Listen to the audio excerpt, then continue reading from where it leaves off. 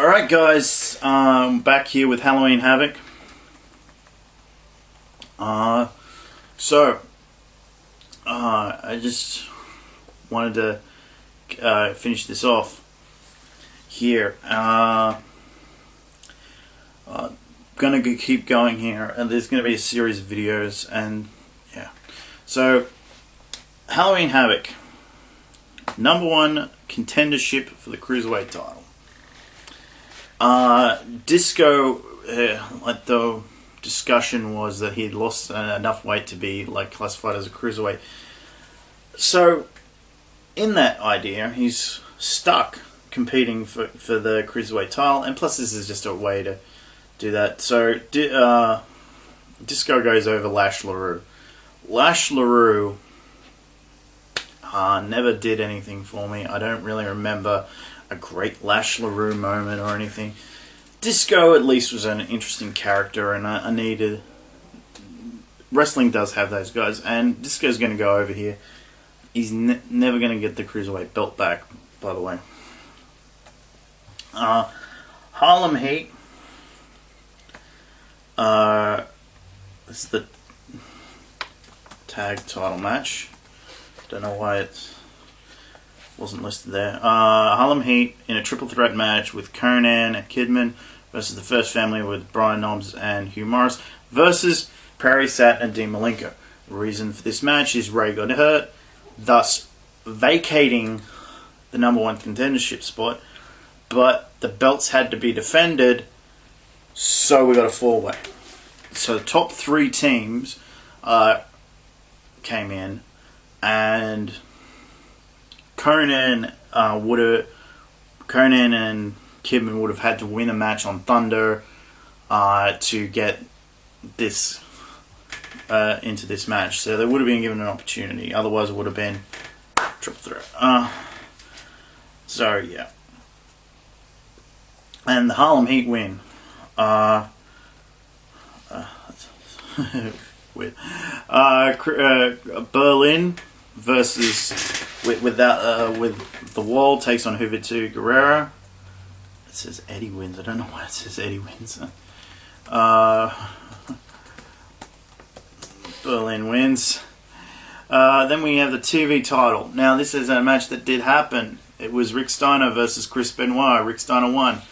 Not in my book, baby. Chris Benoit wins here. I'm gonna have him hold the TV title a little bit longer. Jeff Jarrett versus Buff Bagwell. This would come about because of an incident on Thunder. Because I think Jeff would appear on Thunder, and I think Buff would appear on Thunder the following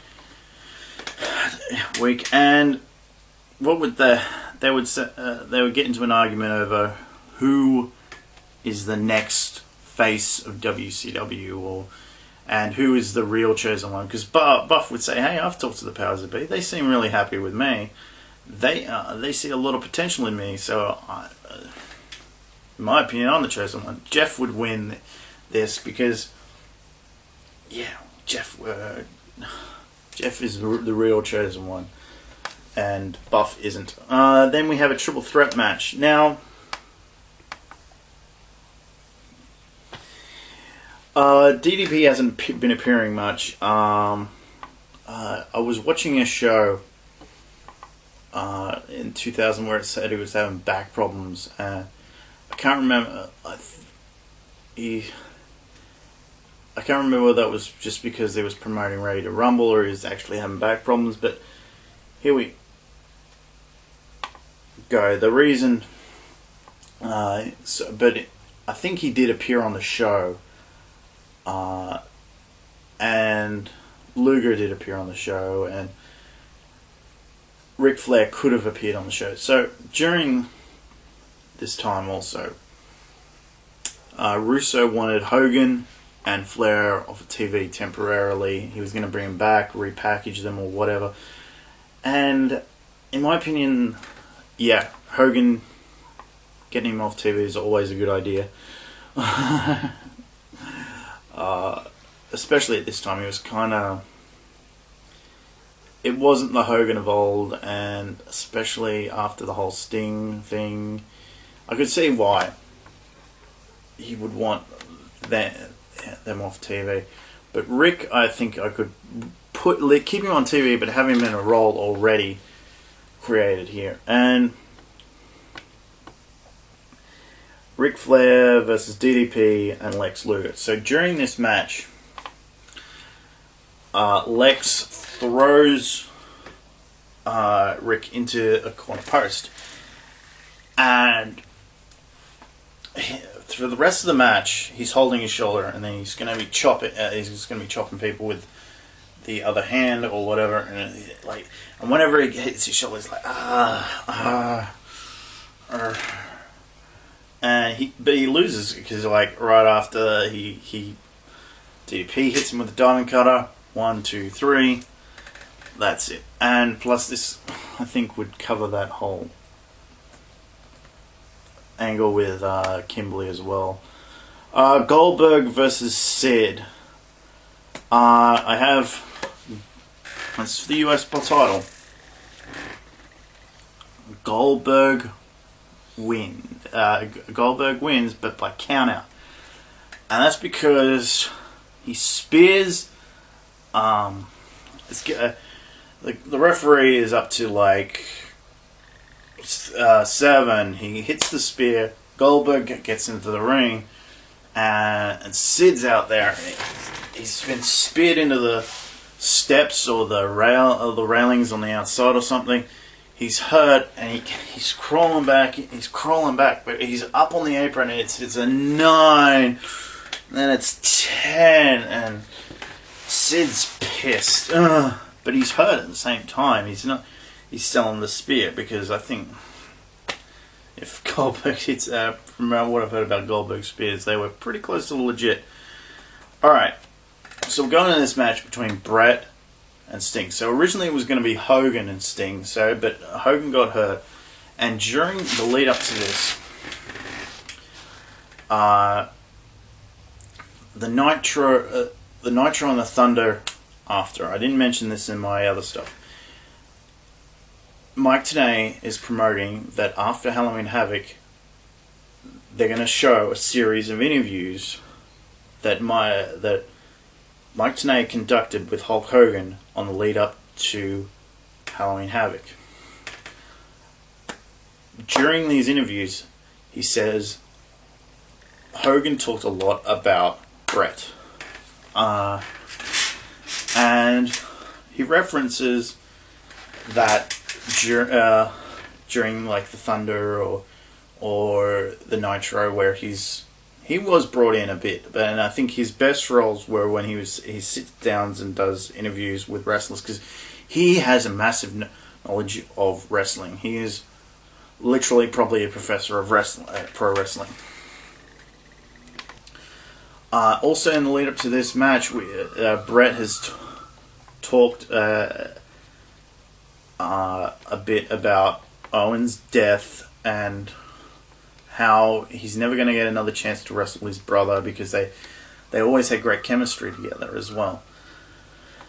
The other thing that we got to mention as well is that there probably wouldn't have been a lot of build up to this, so I'm just trying to come up with a lot of this as well. Some of this would be ultimately covered on Thunder, and Bret sort of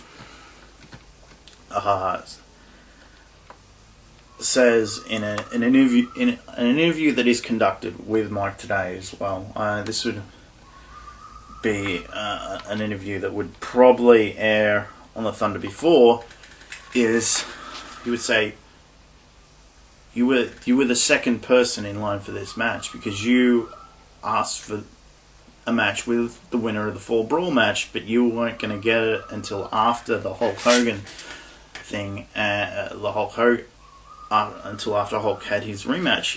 And Bret says, yes, that's the way it was going to be. I was going to get my match the night after against after the rematch between these two, and he says that's when I was preparing for it. But both Hulk and I will eventually cross paths in the ring properly and then he'll bring up that schmoz that happened, and he says, we haven't properly crossed paths, and I think that's a match that the fans want to see, and it's just unfortunate because I would have given Hulk the first match after I won the belt, and we would have finally seen who the better man really was. And yeah, this is just a quick sit down backstage afterwards, and during this match, it's important. This is important. Sting tries to put on the Scorpion Deathlock, and every time he does this about twice. He does it twice. Sting gets it reversed on him. He can't win that way. It's not Bret crawling to the ropes. He's just countering out of it every time he tries to put it on. So Sting finally says, stuff it. He gets him in the Scorpion Death Drop, hits him with that, pins him 1, 2, 3. That's how the match ends. And Bret, when he gets up, he walks straight to the back. Doesn't slap anyone's hand or anything. He just walks to the back.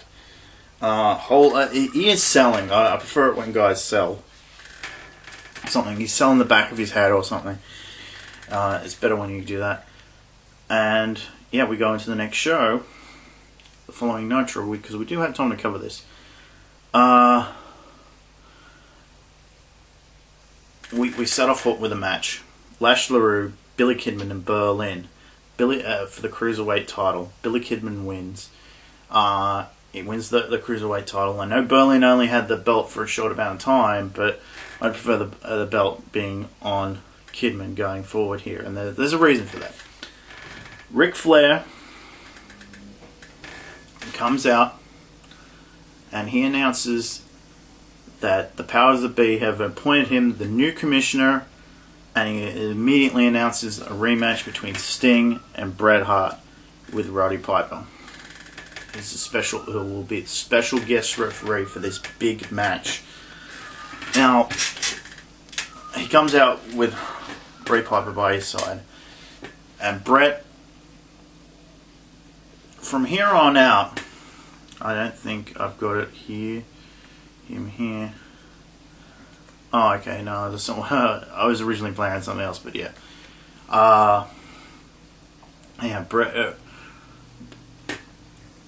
Bret,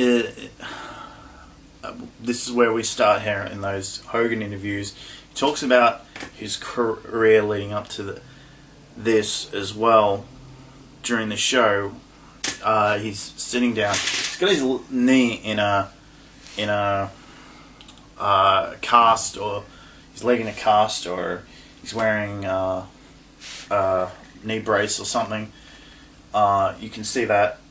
I prefer when guys do this. If they're really hurt, he's sitting down with Mike, and Hulk Hogan's talking about his career, and he says during this interview, and these are a series over the next few weeks while he's gone. He says, after this injury, I realize the years and the days in my career are less than the ones that came before, and that final day in my career is coming up.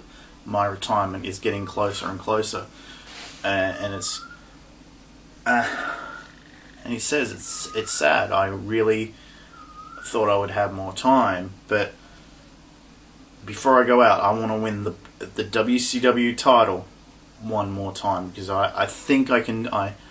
I know it. He says, I think I can do it. No, I know I can do it. And it doesn't matter who the champion is, whether it's Bret, Sting. He lists off a bunch of guys, and yeah, he says Sid, Vampire. It doesn't matter. I want that belt one more time before the Hulkster hangs up his boots. He wants that belt one more time. And I think clearly it would have been a good idea to have that Hulk Hogan one last run with the belt, and officially say that this will be the Hulk Hogan's last run with the belt, and they give him a couple of months to run with it, or a month even, and say that's it. He's probably never. He might never win that belt again.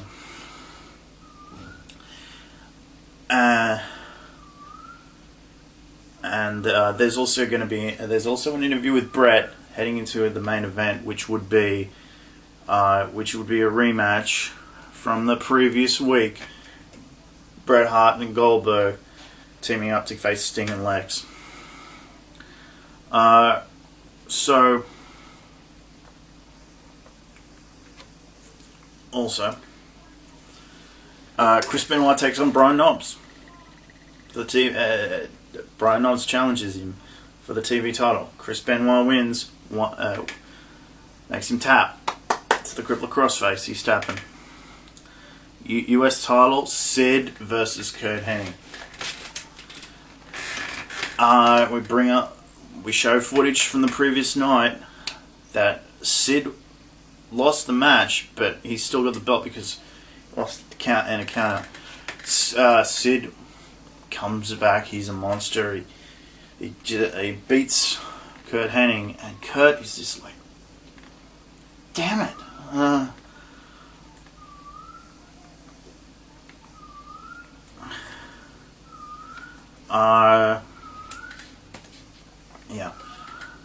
We have Harlem Heat taking on Dean Malenko and Perry Saturn. The Heat go over. I like Harlem Heat. I want to do. They get one more day, and they're like Memorial Tag Team title run, because Booker also mentions again that this is the last run. And Stevie Ray says, Booker told me it was time for us to go our separate ways after this tag title run. So again, we were stating that when this team loses the belts, that's it for Harlem Heat. Then we after the match, before we go to commercial break, this is just before the commercial break. Tony Schiavone's I hear something's happening backstage. Let's go. And you don't see it happen, but you just see Konnan and Billy Kidman are laid out backstage, and then the camera pans up, reveals David Flair with a crowbar. Camera pans that way, and it's blonde hair. It's Dustin Rhodes. And Tony Ferraro goes, "Oh my God, that's Dustin Rhodes! Dustin Rhodes is back in WCW. What's he doing with David Flair? Their fathers hate each other." Straight to commercial break, and we never see them again. Eddie Guerrero why is that? Okay. So we come back.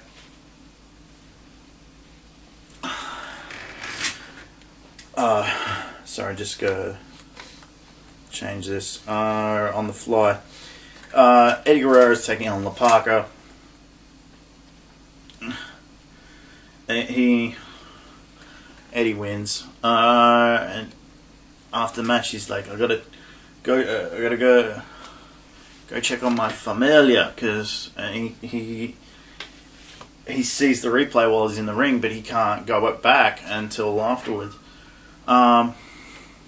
Because you see, it's just see him come to the ring. Mona versus Medusa again. Sorry, I know that I'd already done that match, but I want to do it again, and I have Mona go over. This time with a quick pin, quick roll up. Sorry to say, but they were the only two women I could find that were on the WCW with the roster at the time. The only two women that could really work. I don't want to put Kimberly or Tori Wilson in the ring, really, because neither one of them were really well trained. Jeff Jarrett versus Norman Smiley is just a match to put Jeff Jarrett over. Jeff Jarrett goes over. DDP versus Rick Steiner. DDP goes over Rick Steiner because DDP was still going strong. He was really there. Then we go to the match with Goldberg and Bret Hart. Before the match, Gene Okerlund says, "You came up short last night, Bret." And then Bret says, "Yes, I did, but I'm glad I'm getting a rematch because I know I can beat Sting because Mayhem is going to be in my home country of Canada." I think it was in Toronto. And what better place for this Canadian hero to win the WCW title? And then Goldberg says, "Yeah." And I'm putting myself in that, even though I'm having a rematch with Sid, because I just got out of, he says, I got out of an interview with Ric Flair. He said I'd get in a rematch with Sid. I'm going to be in the first ever Mayhem match to, what did I call it? The Mayhem Battle Royal or whatever it was. The 30-man Mayhem match. I'm going to be in the first ever 30-man Mayhem match. Because I think I'm going to be in the 30-man Mayhem match. And I'm going to face you, Bret, at Starrcade. Judging by their reaction, I think people would be like, whoa. Because someone pointed this out at the Wrestling Roundtable, that Goldberg hadn't had that match. He hadn't taken on the wrestler's wrestler before. So, that match had kind of been set up earlier in the year when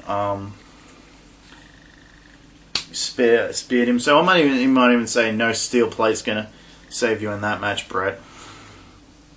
So yeah. And I would probably have Goldberg go over here again by pinning Lex Luger. Just because Lex was like kind of...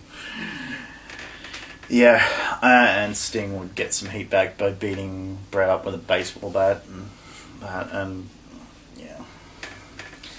Anyway, that's the end of the part 2 of this series. So when we come back, we'll be moving ahead a few weeks to November 15th, Nitro.